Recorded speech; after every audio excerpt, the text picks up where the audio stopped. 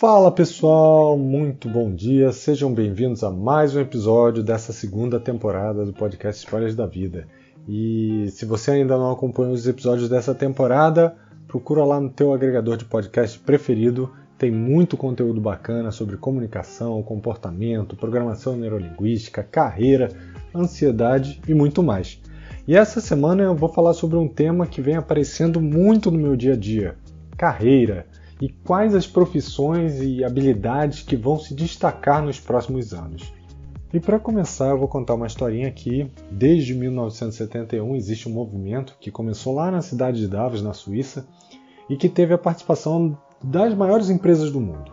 Era um fórum que posteriormente acabou se tornando o Fórum Econômico Mundial, que é uma organização que tem como principal objetivo promover os encontros entre empresários, líderes políticos, representantes culturais, que tenham o potencial para moldar as agendas industriais, regionais, globais, ou seja, criar tendências mundiais. E a sua missão, segundo os próprios organizadores, é melhorar a situação do mundo.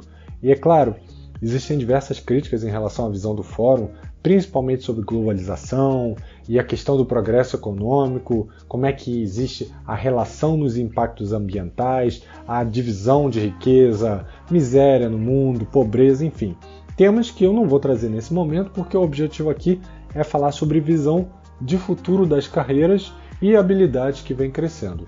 E periodicamente o fórum se reúne e ele emite um relatório que traz medições e projeções sobre diversos temas, entre eles o mercado de trabalho e profissões em destaque. E a gente teve agora em 2020 uma terceira edição desse relatório que tem um contexto totalmente diferente do último, que tinha sido em 2015 para 2016, e o contexto atual é um contexto de pandemia que tem sido um grande agente de aceleração de mudanças no nosso modelo de trabalho, nas tecnologias e nos empregos.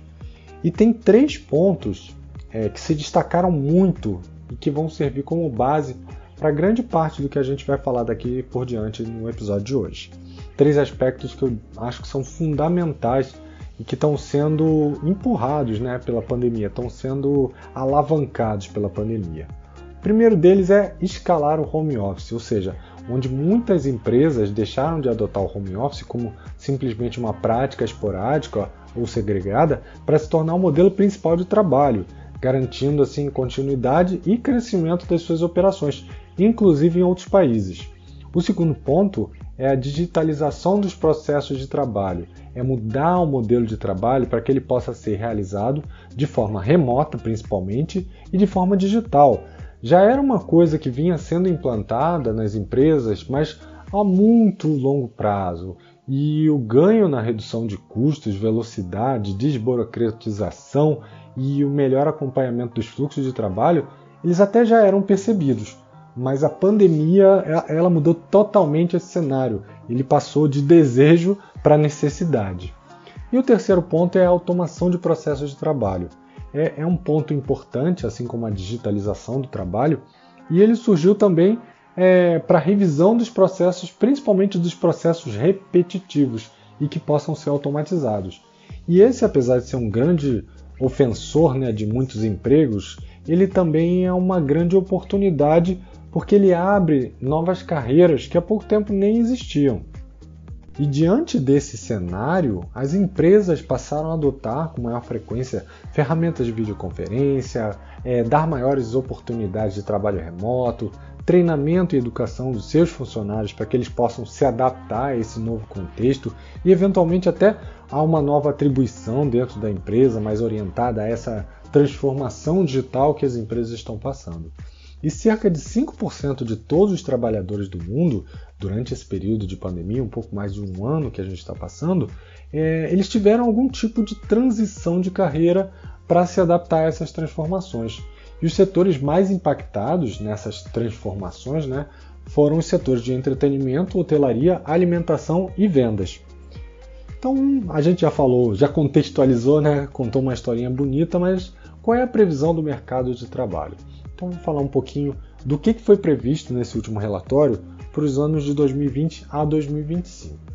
E com a alavancagem dessa transformação digital das empresas e com foco na automação, diversas tecnologias elas têm sido adotadas e acabaram se tornando foco no desenvolvimento para os próximos anos.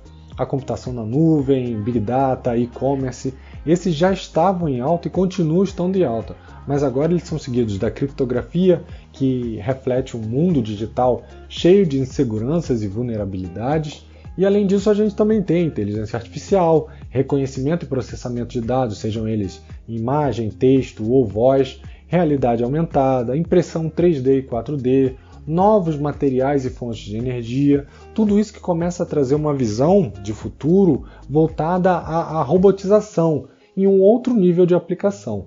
Mas eu não vou romantizar aqui, não vou dizer que a Skynet está chegando para destruir os seres humanos, mas os robôs, sejam eles físicos ou virtuais, eles estão chegando para permitir prestar melhores serviços, de forma mais rápida, processar de maneira mais segura e eventualmente até deixar para os humanos o que realmente é característica fundamental nossa, criatividade, inovação, liderança, coisas que um robô nunca é muito forte, né? Mas coisas que a gente vai demorar ainda algum tempo para ver um robô fazer. E se você está ouvindo esse episódio e não sabe do que se tratam essas tecnologias, porque não é da área de TI, eu acho super importante você entender que agora esses conceitos eles são cada vez mais parte de todas as profissões. É um caso de um cirurgião que vai usar a realidade aumentada para fazer uma cirurgia remotamente, enquanto um robô realiza o procedimento. Ou, um exemplo, um robô que vai ajudar o mercado a entender, organizar e atender melhor os seus consumidores de acordo com os dados que serão recebidos de múltiplos dispositivos. Por exemplo, um relógio inteligente, uma roupa inteligente. Então, são coisas que a gente pensa, nossa, isso é tão distante, mas não é. Isso é um futuro e é um futuro próximo. E para que você entenda o contexto do seu trabalho, você também tem que entender o conceito das tecnologias que serão o futuro de grande parte dos negócios. E nesse sentido, eu vou destacar aqui as 10 profissões que mais vão emergir, que mais vão subir e se destacar nesses próximos anos. E a lista completa, eu vou deixar até o link no meu blog e aqui também no podcast, nos detalhes do podcast, mas a lista completa vocês encontram nesse relatório do Fundo Econômico Mundial, do Fórum Econômico Mundial. Então, a primeira profissão que se destaca é o analista de dados e cientista de dados. E óbvio, tem todo um conceito de começar a agrupar, entender e trabalhar em cima desses dados para tomada de decisão.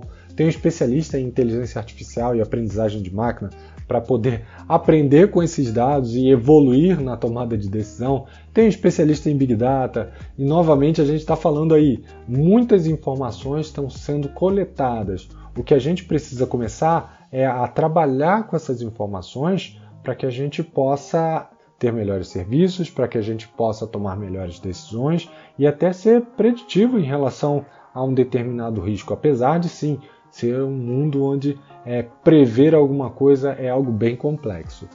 Um quarto é o especialista de marketing digital, ou seja, agora o nosso canal de comunicação com o consumidor de um produto ou serviço é a internet, seja ele um serviço de streaming, seja ele um serviço de compra de loja online, qualquer tipo de serviço, hoje o principal canal de vendas é o canal online. E além disso nós temos especialistas em automação e robotização de processos, pensando aí em pegar, digitalizar processos e transformar ele em processos automatizados. Em sexto lugar, nós temos os especialistas em desenvolvimento de negócios, ou seja, pensar em novos negócios e ajudar empreendedores a iniciar esse novo negócio. Em sétimo lugar, especialistas em transformação digital, ou seja, já existe um negócio, mas esse negócio não está adequado ao mundo digital que a gente está vivendo hoje e a gente precisa realmente mudar os processos, transformar essa empresa. Em oitavo lugar, analistas de segurança da informação, voltado a trabalhar com essa quantidade de dados e a gente precisa realmente, com as leis que cada vez mais estão evoluindo, como por exemplo a Lei Geral de Proteção de Dados, a gente precisa realmente trabalhar e proteger esses dados para que a gente tenha confiabilidade nos nossos produtos e serviços.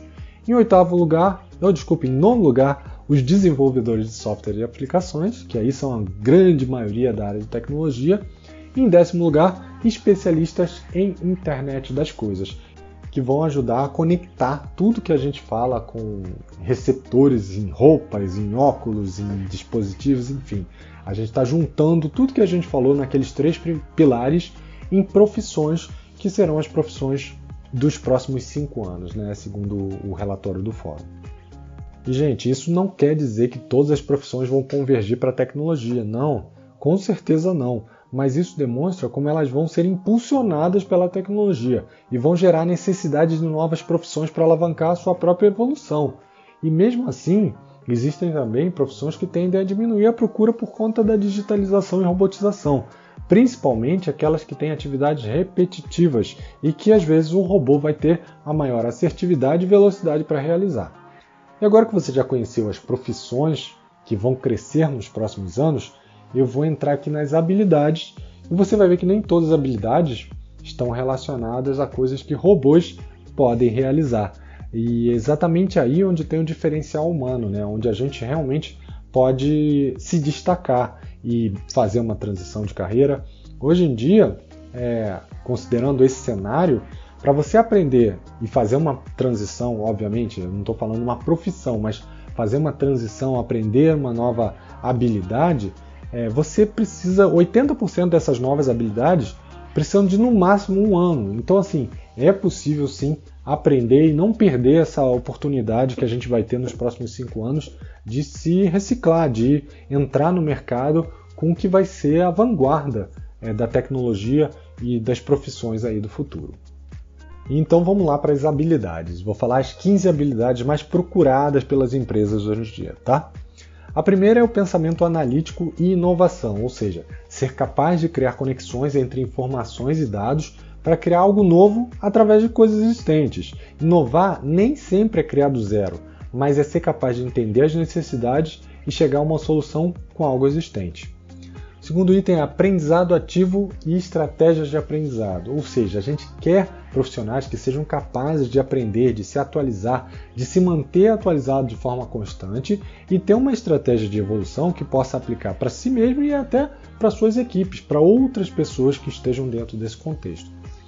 Terceiro item é resolução de problemas complexos, ou seja, ter a capacidade de entender e resolver problemas complexos dentro do contexto da organização ou do próprio mercado. Quarto item é pensamento crítico e analítico. É ter um pensamento crítico, principalmente ao que a gente chama, né, de status quo, ou seja, não aceitar que as coisas têm que ser do jeito que elas são, simplesmente porque sempre foram assim. É ser capaz de analisar, criticar e ir além, sugerindo mudanças. O quinto item é criatividade, originalidade e iniciativa. Totalmente conectado com o pensamento crítico, né? Seja criativo, pense de forma diferente, original, mas não deixe apenas no pensamento. Também tome a iniciativa de executar. E olha como a gente vai entrando aí numa seara em que a gente começa realmente a se destacar dos robôs. Questões que eles não vão ter a curto prazo, né, a capacidade que o ser humano tem. Como sexto item, a gente tem liderança e influência social, ou seja, ser um exemplo, um líder inspiracional, aquela pessoa que ajuda a ver e seguir um norte, que seja o equilíbrio entre as necessidades, as suas, as da empresa e as do seu cliente. Em sétimo item, a gente tem o uso, monitoramento e controle tecnológico. O que eu quero dizer aqui? Aprender a usar a tecnologia ao seu favor, para monitorar, para medir, para controlar o seu trabalho e digitalizando e transformando o seu fluxo, né? Esse é um dos grandes objetivos para os próximos anos, para que as empresas possam ganhar escala, principalmente pensando nesse mercado que hoje em dia está cada vez mais digital. Como oitavo item eu tenho aqui desenho de tecnologia e programação, a tão conhecida programação, né? Mas não se engane se você acha que só pode programar quem tem formação em tecnologia, tá? Hoje em dia, essa programação, esse desenho de solução, ele entra dentro de outras profissões, principalmente com tecnologias que a gente chama hoje como no-code ou low-code, onde você não precisa codificar muito, você precisa desenhar fluxos. E o mais importante é saber ter esse pensamento, né, de raciocínio lógico para que você consiga desenhar a solução.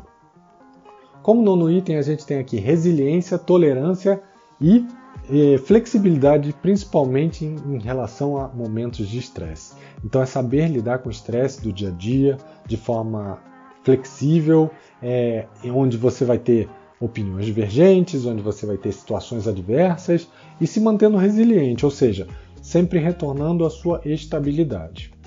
O 10º item é raciocínio lógico, ou seja, entender um problema, desenhar a solução, ter ideias e colaborar para solucionar os problemas. Aqui é raciocínio lógico, ideação e solução de problemas. O 11º item é inteligência emocional. Esse daqui, para mim, está sempre na lista, né? Em um mundo tão diverso e inconstante, é fundamental ter inteligência emocional para saber lidar com as suas emoções, obviamente, e também com o processo emocional das pessoas com quem você convive, com quem você trabalha e até com o próprio cliente. O 12º item é solucionar problemas e experiência do usuário. É buscar entender o lado do usuário, a sua jornada, entender como é que você pode trazer uma melhor experiência, seja com um produto ou com um serviço, para solucionar e resolver uma dor ou uma necessidade desse usuário. O 13º item é orientação a serviço, ou seja, trabalhar sempre orientado a uma prestação de serviço, transformando inclusive produtos em serviço e entendendo as dores e necessidades para que você possa trabalhar com essa visão. O 14º item é análise e avaliação de sistemas, ou seja, ser capaz de entender e analisar sistemas de informação, e eu não estou falando só de sistemas computacionais, eu estou falando de sistemas de informação como um todo, para que você possa fazer a evolução e manutenção dessas informações, além do uso do dia a dia. 15º item é persuasão e negociação, ou seja, é saber negociar e persuadir através do uso de fatos e dados para conseguir equalizar as necessidades a serem alcançadas pelo grupo. E essa é uma característica que também está muito ligada à liderança, que é você conseguir influenciar de forma positiva, né? Não é manipular, mas é influenciar de forma positiva e fazer com que as pessoas sigam um norte determinado e, obviamente, baseado em fatos, baseado em resultados e com toda a transparência que é necessário ter. E esse foi o tema de hoje, eu espero que vocês tenham gostado. Foi um podcast um pouquinho mais longo, mas para falar de carreira a gente tem que entrar no detalhe.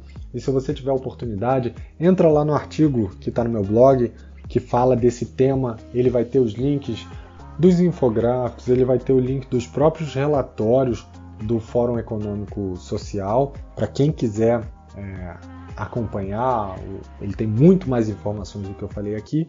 E se você tiver algum tema que você acha que seria legal, compartilha comigo, manda um e-mail para bruno@brunobr.com.br que eu trago aqui no próximo episódio. Um abraço e até a segunda que vem. Tchau, tchau.